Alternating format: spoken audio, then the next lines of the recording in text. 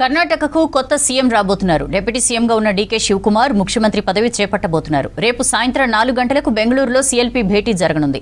ఈ భేటీకి AICC high command పెద్దలు attend అవ్వనున్నారు. ఈ సమావేశంలో శాసనసభాపక్ష నేతగా డీకే శివకుమార్ను ఎన్నుకోనున్నారు. ముఖ్యమంత్రిగా రాజీనామా చేసిన సిద్ధరామయ్య కుమారుడికి కొత్త కేబినెట్లో కీలక మంత్రి పదవి దక్కుతుందనే సమాచారం. కర్ణాటకలో కొత్త సర్కార్ ఏర్పాటుకు వేగంగా అడుగులు పడుతున్నాయి. శనివారం బెంగళూరులో కాంగ్రెస్ శాసనసభాపక్ష భేటీ జరగనుంది. సాయంత్రం 4 గంటలకు జరగనున్న సీఎల్పీ భేటీకి హైకమాండ్ ఇన్ఛార్జీలు పాల్గొననున్నారు. సీఎల్పీ భేటీలోని సీఎం అభ్యర్థి ఎంపిక జరుగుతోంది.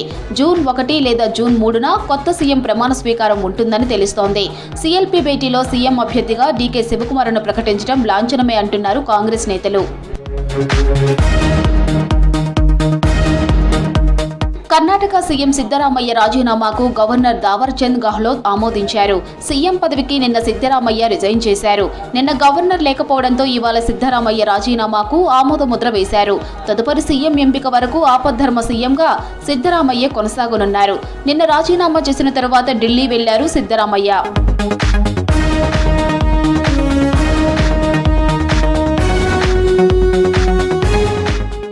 ఢిల్లీలో కాంగ్రెస్ అగ్రనేతలతో వరుసగా భేటీ అయ్యారు Siddaramaiah. Congress parliamentary chairperson Sonia Gandhi, LOP Rahul గాంధీతో సిద్ధరామయ్య సమావేశమయ్యారు.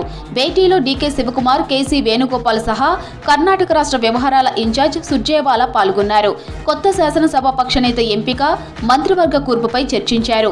తన కుమారుడు యతీంద్రకు కొత్త కేబినెట్లో ప్రయారిటీ ఇవ్వాలని సిద్ధరామయ్య కోరినట్లు తెలుస్తోంది.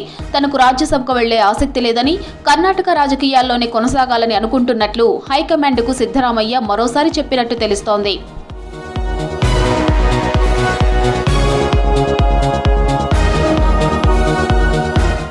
ఏఐసీసీ జనరల్ సెక్రటరీ కేసీ వేణుగోపాల్తో విడిగా భేటీ అయ్యారు సిద్ధరామయ్య. ఢిల్లీలో హైకమాండ్ నేతలతో సమావేశమైనట్లు సిద్ధరామయ్య ఎక్స్లో పోస్టు చేశారు. సిద్ధరామయ్య ఏళ్లుగా కర్ణాటక ప్రజలకు అందించిన సేవలు, నాయకత్వానికి హృదయపూర్వకంగా కృతజ్ఞతలు తెలుపుతున్నట్లు డీకే శివకుమార్ ఎక్స్లో పోస్టు చేశారు. డిప్యూటీ సీఎంగా సిద్ధరామయ్యతో కలిసి పనిచేయడంలో అనేక విషయాలు తెలుసుకున్నట్లు చెప్పారు డీకే. ఇన్నాళ్లు రాష్ట్రానికి సేవ చేసే అవకాశం ఇచ్చినందుకు రాహుల్ గాంధీకి థ్యాంక్స్ చెప్పారు సిద్ధరామయ్య.